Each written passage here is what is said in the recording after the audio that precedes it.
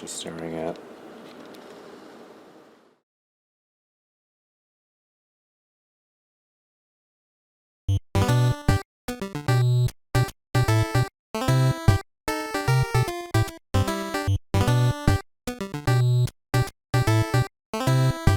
Released in 1993 for the Nintendo Entertainment System, as well as Super Nintendo as MS-DOS, from the Software Toolworks and Radical Entertainment, Mario is Missing is an edutainment title in which you take control of Luigi and you must rescue Mario from Bowser's clutches, while also recovering all the historical landmarks from the stray Koopas and returning them all to their proper places around the world. And maybe if you're lucky, you'll be able to learn a little something about the world and such, which is kind of the point of this whole business in the first place. The game opens with Luigi riding up with Yoshi to Bowser's castle in a scene ripped from Super Mario World. In fact, you'll find a number of things ripped from Super Mario World. Character sprites, the design of the brief castle hall are basically 8-bit remakes of the SNES launch title, and they look good for the most part. Obviously not as colorful, but still pretty good looking and smoothly animated by NES standards at least. Even the map screens, the world map and the various city maps, adopt the same style as Mario World maps, and that's not a bad style to ape.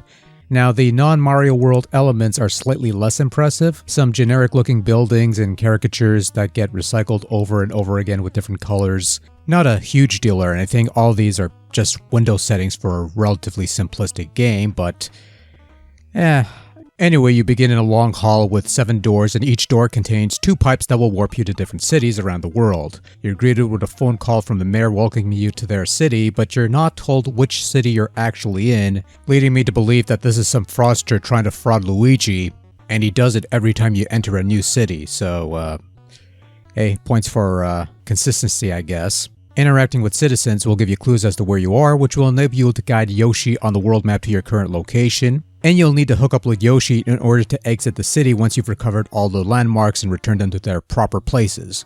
So the game plays out similarly to the Super Nintendo version. You need to seek out the Koopas holding the landmarks and kill them to take them back to their rightful owners. Unlike that version, there's only 3 Koopas in each city and each holds an artifact.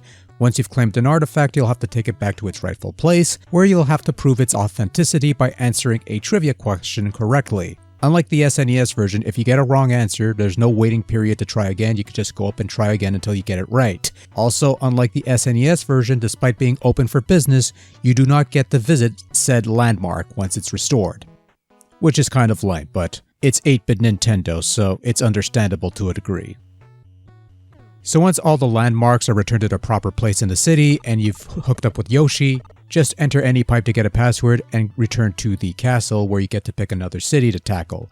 There's a total of 14 cities for you to venture through, each with their own trio of landmarks to recover, but all of them pretty much playing out the same way. And once all the cities have been cleared, you move on to face the final boss of the game, this weird Bull Koopa thing who is harmless, who is not a threat, who will not hurt you in any way, and can be beaten with a few bops on the head. And that's it. You've beaten Mario is Missing, and get a rather generic ending for your efforts. Alright, so Mario is Missing plays much like a stripped down Super Mario World game as far as controlling Luigi goes. You could run by holding down the B button, you could jump with the A button at the same fixed jump height, not that it really matters here, and you could jump on Koopas to kill them. Although the Koopas themselves are harmless, they can't kill you, they're of little consequence. Your main means of interaction is conversing with people and using your various tools that you cycle through with the select button and utilize with the start button. Said tools include a world map to guide Yoshi to Luigi's current location, a city map to give you a general layout of the city whose name you don't know because nobody will tell you straight up, a computer to keep track of all the clues you've gathered as well as an inventory screen of the landmarks you've collected, and finally a question mark to enable you to interact with other humans. Now when it comes to the platforming bits, they're fine for the most part. Control works well even if you always jump at the same height. Navigating city streets isn't that much of a hassle. It's the interacting part that's a bit cumbersome. Always having to switch icons with the select button and pressing start to interact with people feels like overcompensating for the lack of buttons on the NES controller, and generally more convoluted as a result. There's no reason why you couldn't just assign the talking to people thing to the B button like most other games would allow you to do on the NES. Having to cycle through things to bring up a question mark to talk to people and get information that you need feels like more of a hassle, and it hurts the experience somewhat. Not that there's much experience to hurt in the first place. Mario is Missing is all bones and no meat. Once you've played through a couple city levels, you pretty much know how the rest of the game is going to play out, and after a while it starts to feel a bit tedious. Not to mention, the cities you travel in are way too big for what little you actually do in this game, and with only 3 Koopas per city to knock out, yeah, not fantastic. So on the one hand, the game has some decent Mario World sprites and some fairly average looking NES style buildings, so overall, not a bad look overall. It's fairly average looking. On the other hand, the sound output is largely bad. The opening title music is a fairly low-key affair, and there's a couple familiar Mario tunes in there, but the rest of the game's music is original, rather generic sounding, and not all that great. The sound effects are also pretty bad. All the familiar Mario sounds you normally associate with Mario things won't be found here. Instead, you're getting these awful substitutes that wouldn't even make the cut of a Hong Kong Famicom pirate original. Not great.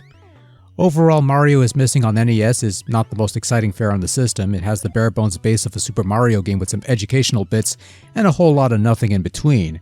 As a piece of software, it's functional enough, but a game, or even a useful educational tool, this is not. Obviously, it goes without saying that you're not missing out on much by skipping this one, and even if you do have that itch for a bit of Mario is Missing action, I like to know what you're having, but regardless, this is not the version you should be going for. Thanks, but no thanks.